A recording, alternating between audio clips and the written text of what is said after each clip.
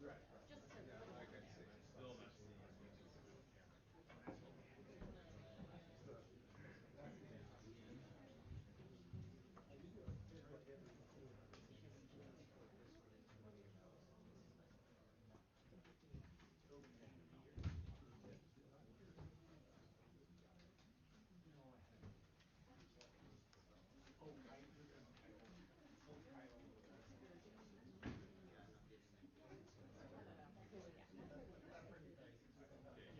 I got 15 more years.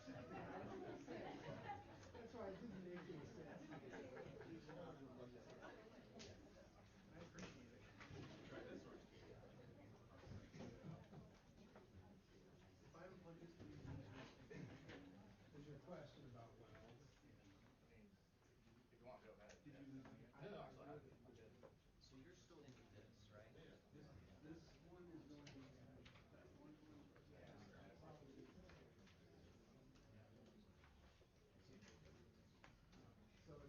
orange one. So I'm not seeing anything. I got you there. Hey, plug in my back here.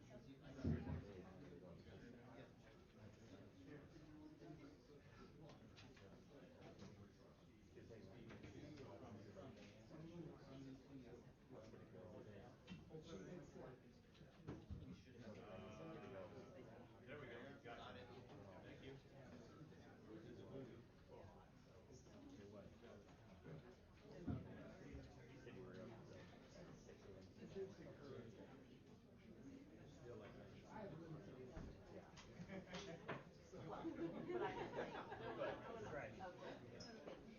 Did you ask a question? I did. If people were going to speak. No. Yeah, I did. She said nobody is.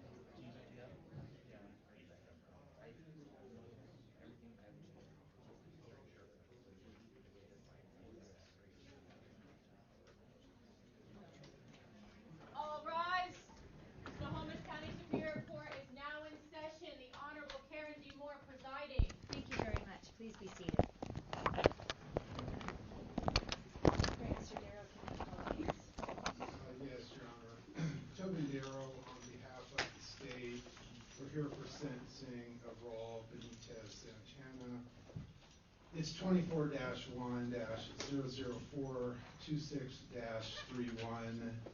Defendant is, Mr. Wells is to my left and Detective Monson also at counsel table.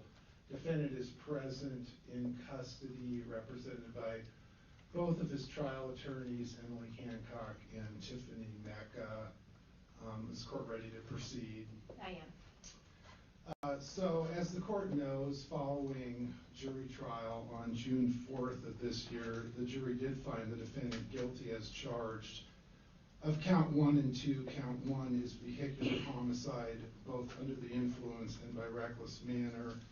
And vehicular assault is count 2, again, under the influence and by reckless manner.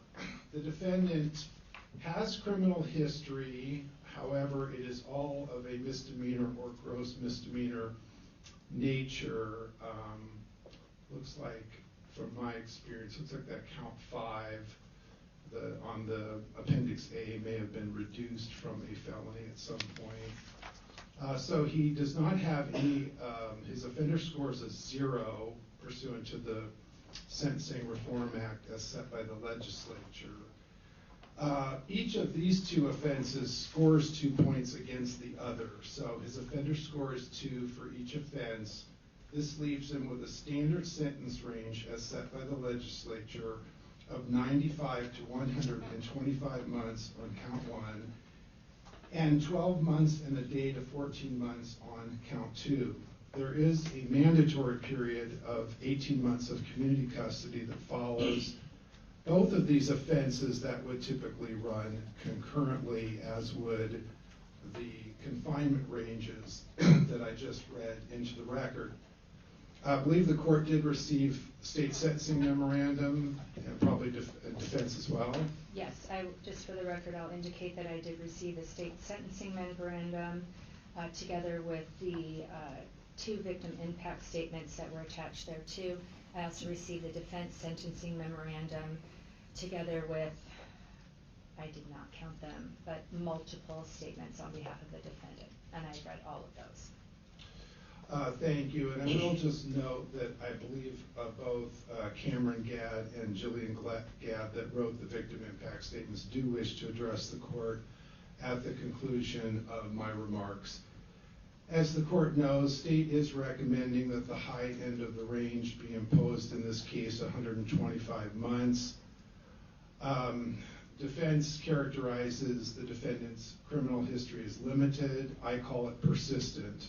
It looks like it goes back quite a number of years.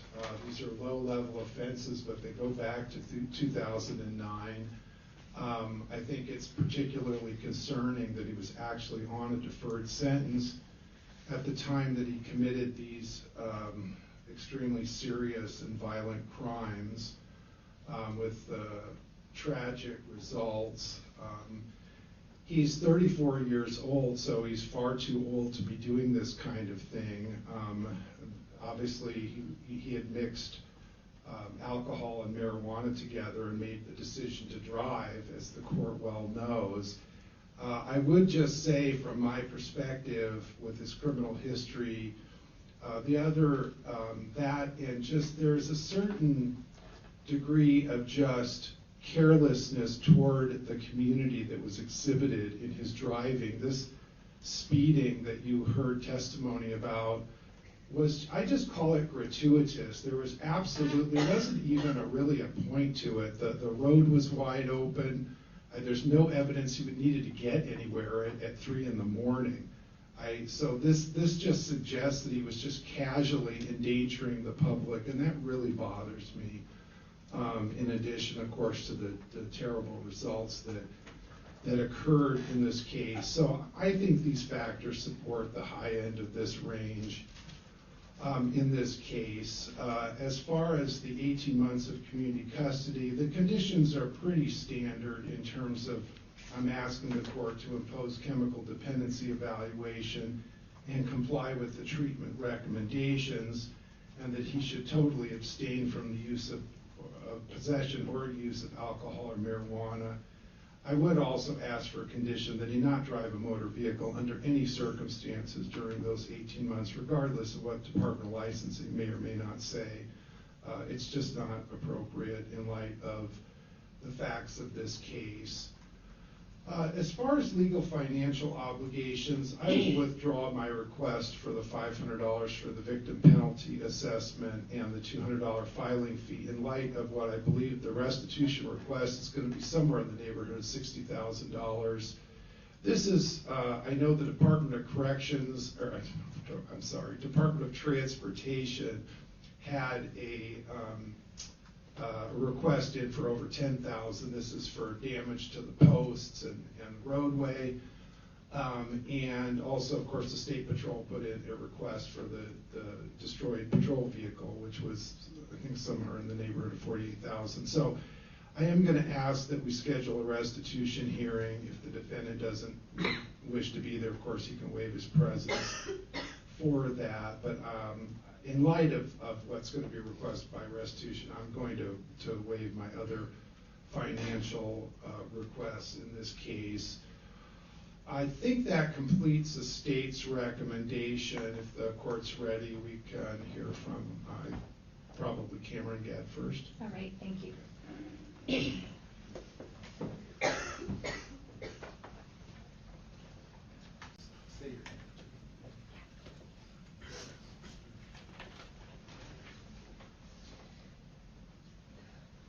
Just take a deep breath, right?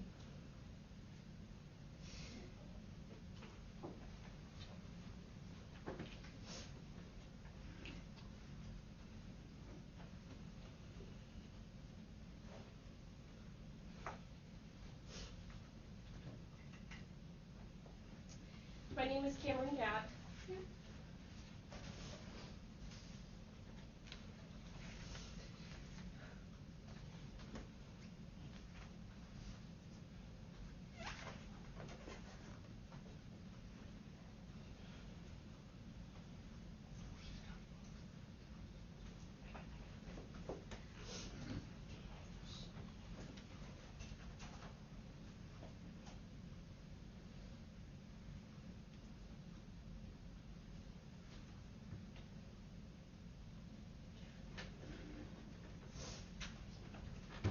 Your Honor, we would ask the advocate to read the statement.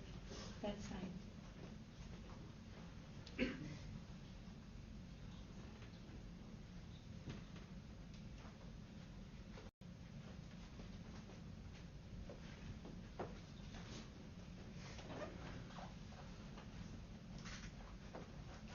My name is Cameron Gadd.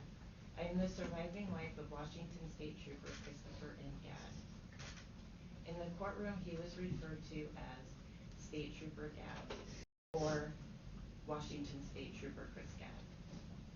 But to me, he was Chris. He was my best friend for almost 9 years, my husband for 4 years, and father to our young daughter. Chris was more than a Washington State Trooper. He was a supportive friend, a hard worker, and a kind and gentle soul. The love and dedication he showed in his daily life was unmatched. He never hesitated offering a helping hand to those around him. He was a firefighter and EMT before becoming a state trooper. His professional career was dedicated to acts of service. He was the best person I know. He was my world. The night Chris was killed, the light of my life went out. Where Chris once stood, there is an echo of unfinished conversations, unspoken plans, and a future that collapsed before it could be lived. Sometimes when our daughter wakes up in the night, I think her steps are the footfalls of Chris getting home from work, and it feels like I'm waking up from a bad dream. We'll never get the chance to finish building our family. We will never buy our ranch house on just enough land for a chicken coop, a vegetable garden, and a cow. Grief with Chris was manageable, as if I were aboard a ship in the middle of a storm. He was my rock, and I knew together we could face anything. When I lost Chris, it was like I was clinging to a piece of driftwood, barely holding on at the mercy of the ocean's current. I created scenarios in my head to avoid the reality that was right in front of me. The night that Chris was killed, I couldn't accept that he was gone until I felt his cold, pale hand. As a child, our daughter processes grief in a completely different way. Our daughter was 2 years old when Chris was killed. The way she handles it is similar to the way she eats. She doesn't sit down and eat a whole meal. She eats it one bite at a time. Grief for her consists of countless minute-long conversations. She doesn't understand the concept of death. Each day that I let her to be in court for the trial, she asked where I was going. I explained to her that I was going to court for Daddy. Immediately, her eyes would light up and she would ask to come with me to see Daddy. When I explained to her that he isn't here anymore, she cries and asks how he can see her in heaven, but she can't ever see him. Every night she blows her daddy a kiss in heaven. Living and processing my own grief is painful enough. Helping her with it is heartbreaking. As my daughter grows and develops her grief, trauma, and understanding of what happened and what was taken from her also increases. Through her life, I have to walk her through those new layers. The memories she will have of her dad now rely on pictures, videos, and stories told and shown to her by those who knew and loved Chris. He will never be at her soccer games or dance recitals or choir concerts. He can't teach her to drive. He won't be there to see her graduate high school or go to college. He won't be there to walk her down the aisle when she gets married. She will live the rest of her life without her dad. I wish my daughter and I could still have Chris, but I get some comfort knowing that if Chris didn't stop this drunk driver, it would have been another family going through this unbearable pain. In the moments before Chris's death, he was parked on the shoulder with his radar on, waiting for an impaired driver. Chris was passionate about removing dangerous drivers from the road before they hurt themselves and people around them. I have sat through every court date, the probable cause hearing, bail hearings, omnibus, and countless motions. I was here every day of trial while I sat here listening and seeing things that no loved one should ever witness. Raul Benitez-Santana, the man who killed my husband, never showed any remorse or regret for his actions. My husband's death was not just some unfortunate accident. Raul made the decision to drive a vehicle after consuming multiple alcoholic beverages, smoking marijuana after his alcohol consumption. Raul could have ordered a ride, called a friend or family member. He could have slept in his car for the night. But he made the reckless and incredibly dangerous choice to get behind the wheel and risk the lives of every driver around him. This is not the first time that Raul has exhibited dangerous behavior. He has clearly demonstrated a pattern of reckless action inside and outside of the vehicle. Chris did his job that night. He got one more dangerous driver off the road. He lost his life doing it. Please hold Raul responsible for his actions, and please keep everyone on the road safer for longer and pass down the maximum sentence. Respectfully, Cameron Gadd.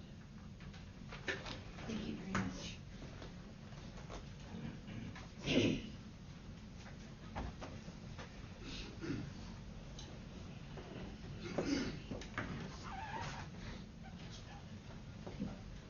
Good afternoon. Good afternoon. Jillian Gadd, spelled Gillian, last name Gadd. I'm going to read this, hopefully.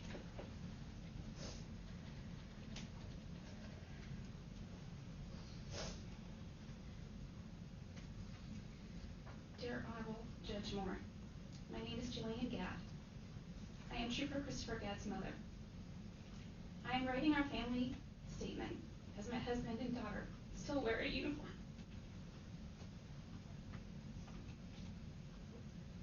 Leading up to this case and throughout this process, the word fair, or the notion of fairness, has been at the forefront. I would like to address that word, its meaning, and its relevance in your decision-making process. First and foremost, I believe in our legal system. It's the best example of fairness there is. I expect nothing more and nothing less from this court than to operate honorably within the confines of our state's constitution and our country's constitution.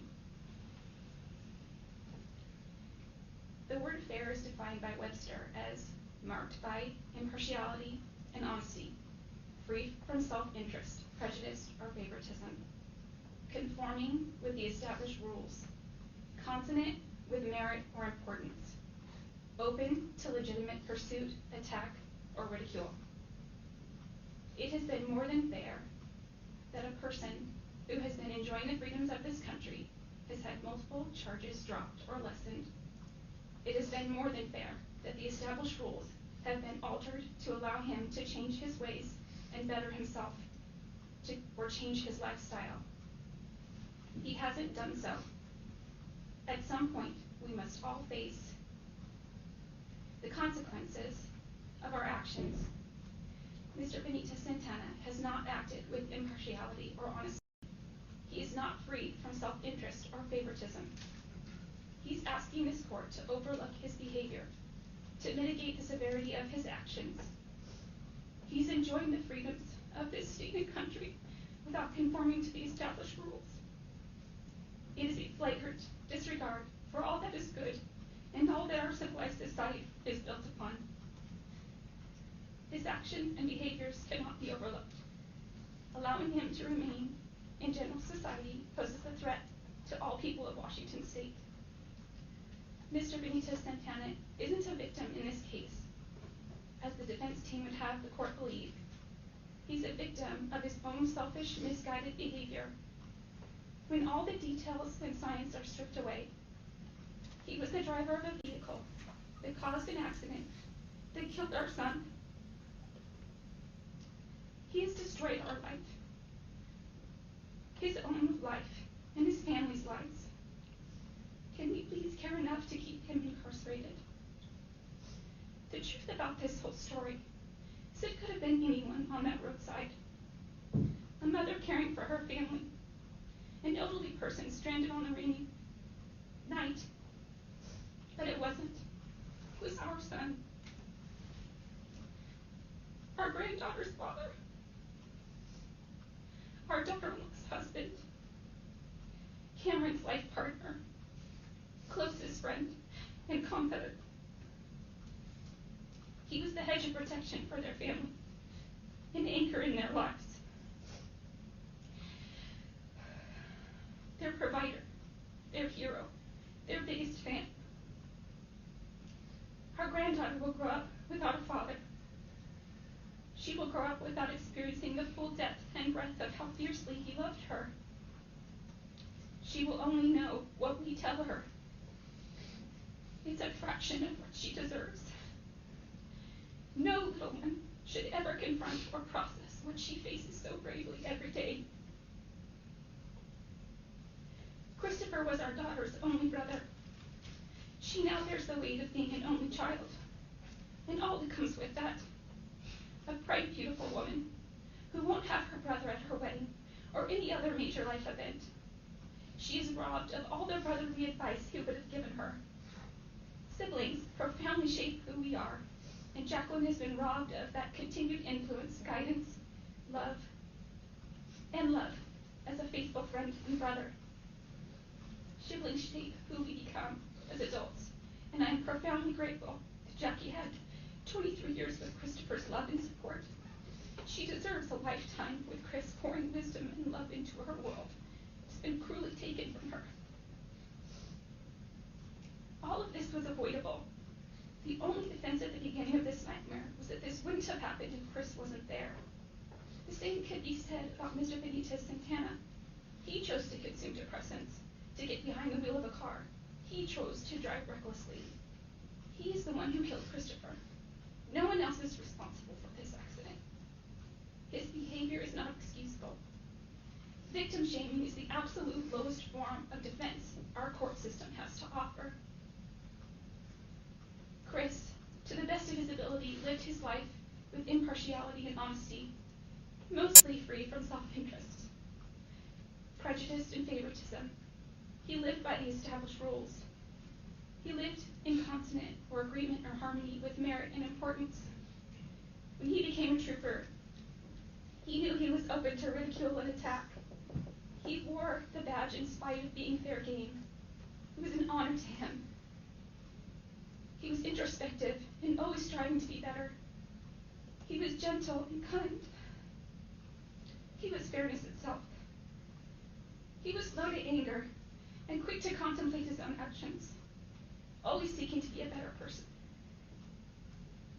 Christopher's co-workers, leadership, the deputies, the police officers, the fire on that crash scene, all bear the burden of his loss, as do the brave citizens who stopped to do the right things.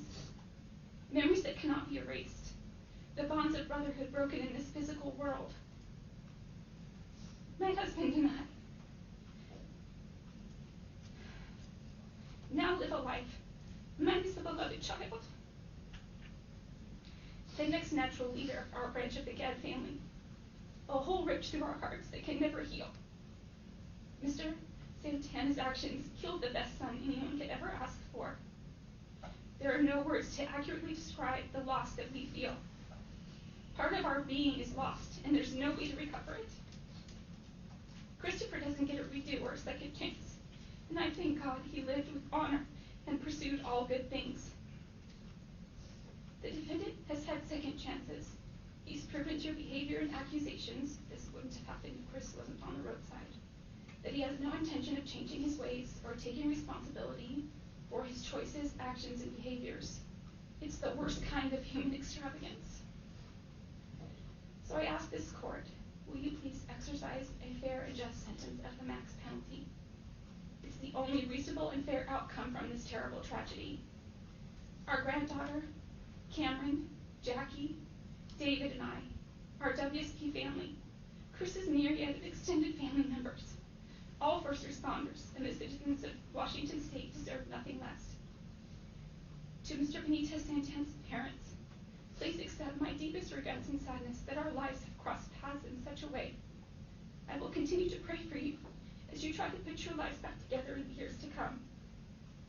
To his mother, just like I could never fathom the end of my child's life being so soon, I can't imagine the day you held your precious child and imagine that this would be his life story. I am so sorry that we both bear a burden that only a mother could bear, but for very different reasons. Mr. Benitez-Santana, please let this be. Don't let this be the end of your story. You can live a different life. Seek to lift people up. Honor your family with a life that's changed. Find a way to destroy the things that destroy you. Find strength to discover your real purpose in living.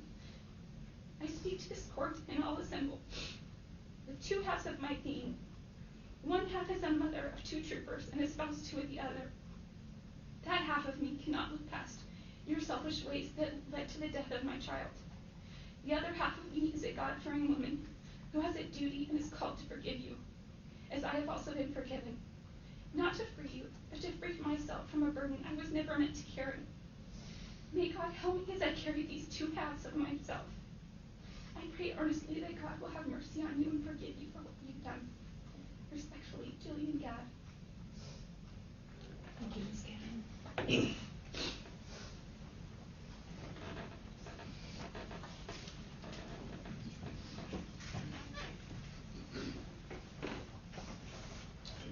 Your Honor, I believe that completes state's recommendation. All right, thank you, Mr. Darrow. Ms. Hancock? Good afternoon. Good afternoon. This is a very difficult and deeply sad case. I don't think there is a single person in this room that does not believe that that is true, and that includes Raul. He is deeply remorseful. I have heard in interviews in preparation for this case, as well as what has been submitted today, that some believe that Raul is not remorseful, and I want to absolutely refute that. The way our system is set up, if someone is represented, they are not given opportunities outside a platform like today to express their remorse. At trial testimony, which was Raul's right, this type of information would have not been admissible. Today is the first opportunity that the defense bar has to express how someone has been feeling about a case that is as tragic as this one. Raul is kind, Raul is thoughtful. Raul is caring. Ms. Mecca and I have seen him go through all the stages of emotion in processing not just what has happened to him and his family because of this, but the significance of that night on Trooper Gadd's family. If there's any takeaway from the defense presentation today, it should be that Raul very much cares.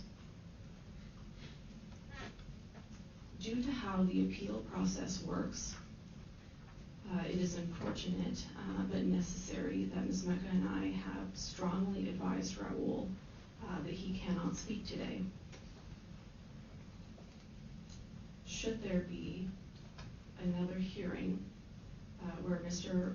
Benitez-Santana's guilt is in question, any statement that he makes on the record to this court is potentially admissible. And although unfortunate, that is just a necessary part of our legal system. We have also advised Raul throughout this trial and all of the hearings that have taken place that he try as much as he can not to express emotion. Every nod, every facial expression is scrutinized by jurors, by the media, by community members that we work with, and can be reframed or argued as insincere. But Raul's stoicism throughout this process has not simply been because of advice of counsel. After many conversations with Raul's family and people close to Raul, it is clear that the gravity of this situation and what has happened to Trooper Gadd's family does weigh on him, and it has affected not only his personality but also his presentation. Raul speaks to his family every single day. He loves his family deeply. His children are his whole life. Until last year, when Raul moved to Everett, Washington, he had lived in Burien, Washington since he was 6 months old. He has been a productive community member of Washington State nearly as long as he has been alive. When Raul was 16, he learned something about his identity that changed what opportunities would be available to him and how he would be seen amongst his community members and amongst other members of Washington State. Raul had some troubles in school as a result of that, but he returned, and when he was just 18 years old, he had his first baby. Raul stepped up. He became a loving father. He worked as much as he possibly could at his family's auto body shop to support his child. He has been working since the age of 15 and has healthy and loving relationships with his family and those close to him. Raul now has 2 children, and in jail he has attempted to do as much as he possibly can to mitigate both the impact that he has had in what he can control at this point. And that includes completing multiple parenting classes. He completed parenting classes on the subjects of self-awareness and self-management, supporting social awareness and interpersonal skills, growth and development of preschoolers, children's temperament, practical approaches to meeting individual needs, and exploring developmental needs and characteristics of different age groups. Raul took just about every course that was available to him in the Snohomish County Jail, including safe vehicle operation, guides to drug and alcohol abuse. He took an anger management course, even though he does not have an anger management problem, and managing stress. Raul is absolutely remorseful of what has happened. the very nature of a vehicular homicide case is that it is not intentional. This is not an intentional homicide. Due to the numerous letters that have been submitted in support of Raul, not simply because Raul's family doesn't want him to be punished, doesn't want him in custody, but as a testament to his character as a giving and kind and loving person, and his attempts to take courses not only in the jail, but his intentions to do everything he can while in Department of Corrections, custody and supervision to make sure that something like this never happens again. We do believe that 95 months is appropriate. It is a fact that he has no felony history that would give him points. Raul has 2 points, both of which are as a result of these convictions that we're talking about today. Raul agrees to a drug and alcohol assessment. He agrees to follow the recommendations of the assessment. He agrees to total abstinence from alcohol, total abstinence from drugs. We agree to no driving without valid license and insurance. There is a Department of Licensing process that he would have to go through to determine what is appropriate in regards to his licensing. That system already exists. There is the infrastructure to make those determinations while Department of Corrections is supervising Mr. Benitez-Santana. I'm happy to answer any questions. We would also ask to schedule a date for the restitution hearing. The state and I, and Ms. Mecca, did agree to set that hearing over. We had a conversation just today with Mr. Benitez-Santana.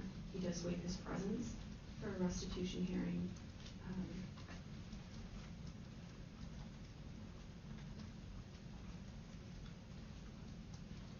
Thank you.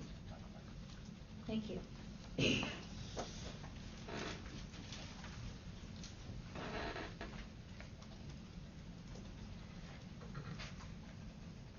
Just for the record, I'm just going to confirm, Mr. Benitez-Santana, you do not wish to exercise your right of allocation on the advice of counsel. Is that correct? Yes, Your Honor. All right, thank you.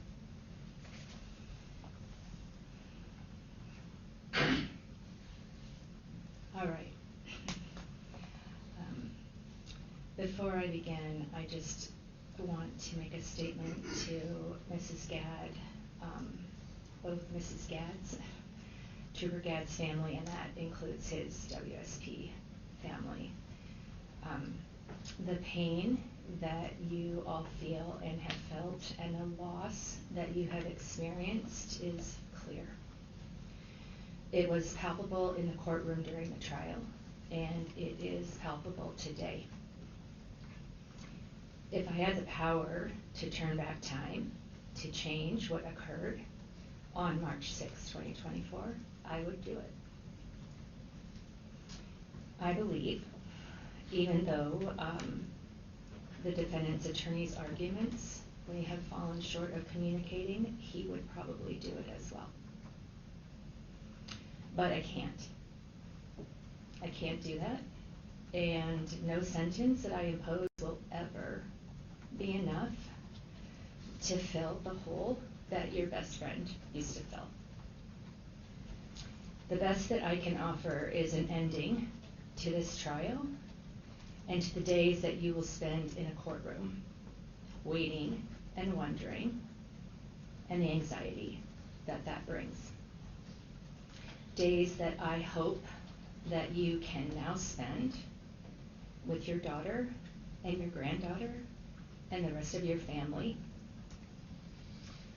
remembering all of the wonderful things about Trooper Gadd and finding a pathway forward out of your grief. The defendant has been convicted following trial of vehicular homicide, which is a Class A felony, and vehicular assault, which is a Class B felony. The jury also found the defendant was impaired. That leads to the standard range sentence as outlined by the state. With regard to vehicular homicide, it's a level 11 offense, and with his offender score of 2, the standard range sentence is 95 to 125 months. With regard to the vehicular assault, it's a level 4 offense, and with an offender score of 2, it results in a standard range sentence of 12 plus to 14 months. That's the standard ranges that have been set forth by our legislature. And also because these both are current offenses, these sentences will run concurrent to each other. In the defense sentencing memorandum, there's one thing I agree with, and that is that I agree the purposes of the Sentencing Reform Act was enacted to ensure a balance, to ensure that sentencing is proportionate to the seriousness of the offense and the offender's criminal history, to promote respect for the law, to provide a just punishment, to protect the public, and to offer offenders the opportunity for rehabilitation and reintegration. In the sentencing memorandum, the defense argued that I should impose a low-range sentence based upon the impact of the defendant's incarceration on his children, his limited criminal history, and his ability to engage in self-reflection and change, as evidenced by the classes he's taken. And I acknowledge that you have availed yourself of many classes while you've been incarcerated. And that speaks positively to me with regard to your ability to change and your ability to recognize the things you need to do in order to move forward and pass this event. I have great, frankly, an expectation that you will continue to avail yourself of whatever classes and programming and opportunities are available during your time in confinement. I struggle with the other arguments. While there isn't any felony criminal history, there is repeated criminal history, and the fact that the defendant was on a deferred prosecution at the time of this particular offense is important, particularly in light of the idea of promoting respect for the law. It's not unreasonable for this court to know or believe that the terms of that deferred prosecution required him not to commit any new crimes. Driving while impaired is a crime. So the defendant was willing to violate the terms of his deferred prosecution when he chose to drive home. So you were willing to put your family's stability at risk. And let's talk about that. It's troubling to me to hear an argument that that I should consider the impact of a long incarceration on your children. Because what about Trooper Gadd's child? The sentencing memorandum asks for a low-end sentence in order to return the defendant to his role as a father and provider as soon as reasonably possible. Trooper Gadd will never be able to do that. He will never be able to return to that role. So I find the argument offensive and insensitive. I understand defense counsel has a job to do in advocating for your client, but I caution you to think about the approach that you do that with. Regardless of how I feel about that argument, it's the facts of this case that drive terrible choice of words.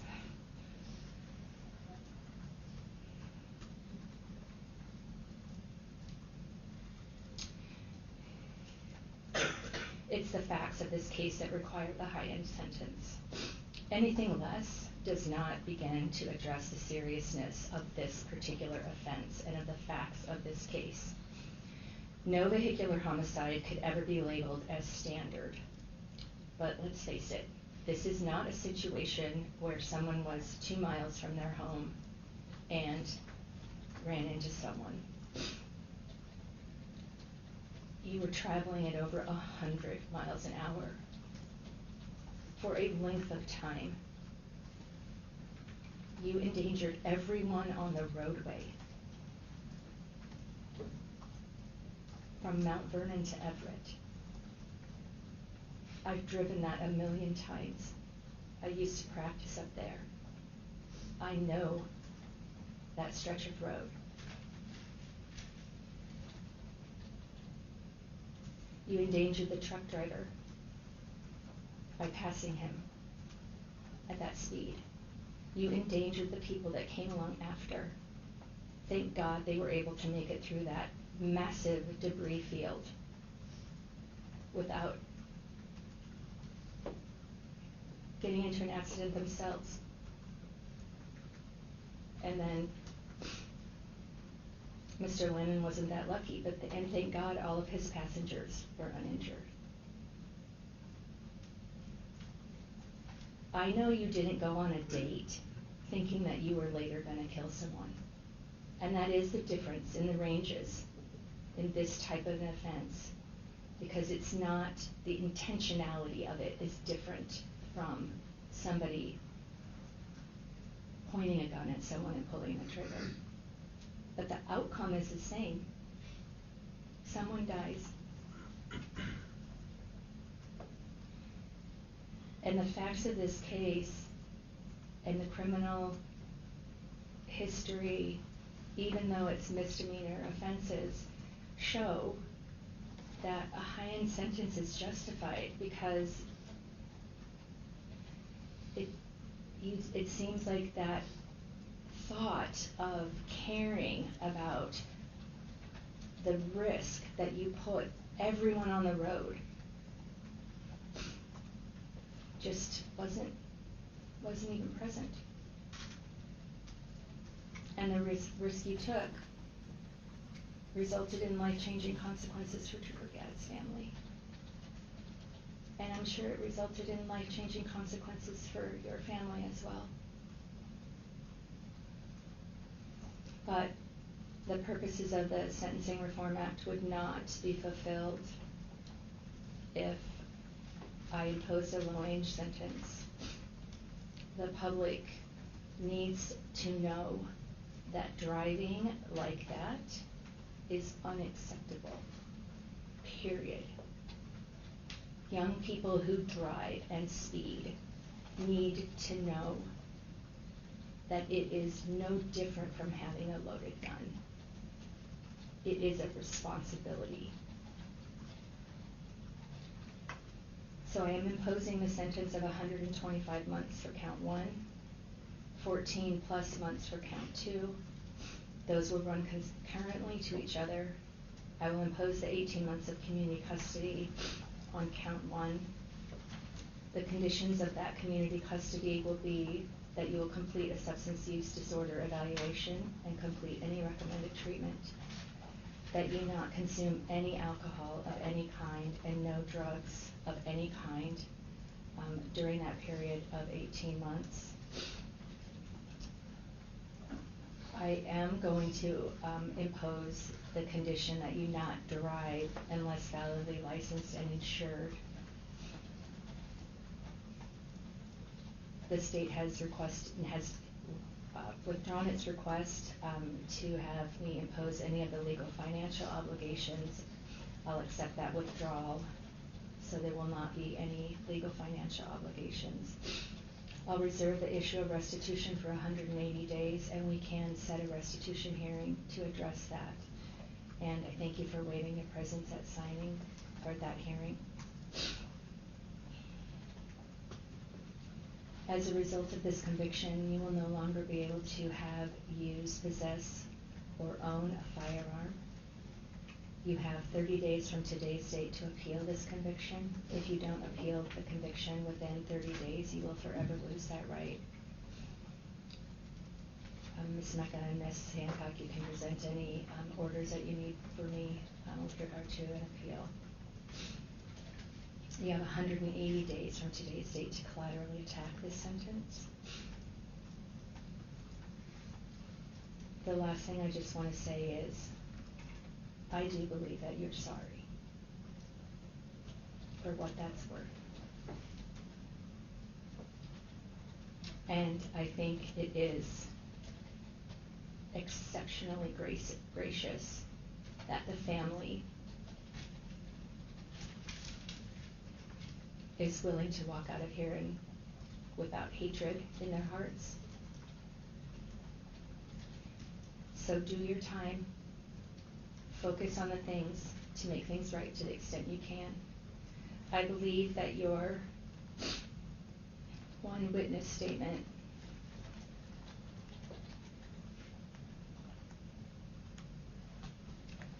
I had it marked. Just a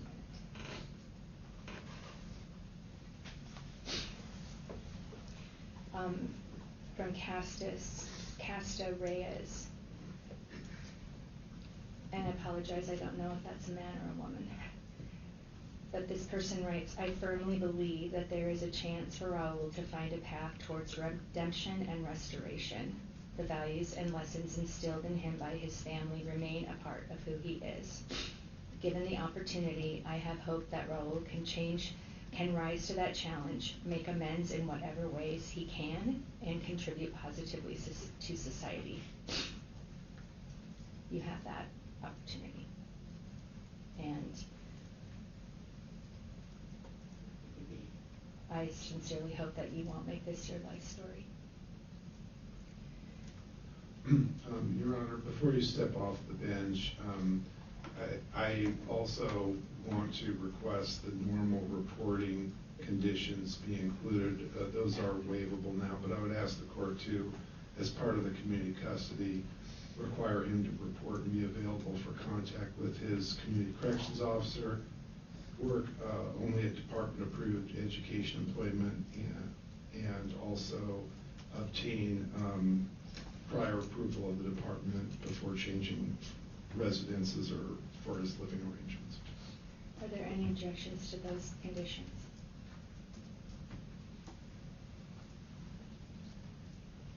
No, Your Honor. All right. So I'll also impose those conditions during the period of community custody.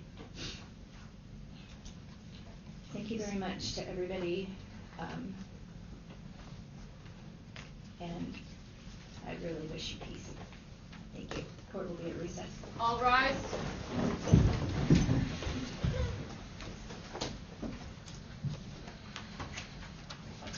Court is now at recess.